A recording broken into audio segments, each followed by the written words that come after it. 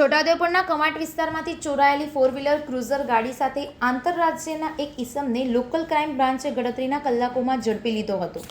Police વડા ઇમ્તિયાઝભાઈ શેખના માર્ગદર્શન હેઠળ આ કાર્યવાહી હાથ ધરાઈ હતી.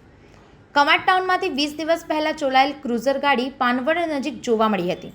પોલીસે કોર્ડન કરીને એક ઇસમ અર્જુનસિંહ સાવલિયા ડાવરને પકડી પાડ્યો, જ્યારે તે સાથી ભાગી છૂટ્યો હતો. તપાસમાં ખબર પડી કે આરોપી મધ્યપ્રદેશના અલીરાજપુર જિલ્લાના જોબટ તાલુકાનો છે.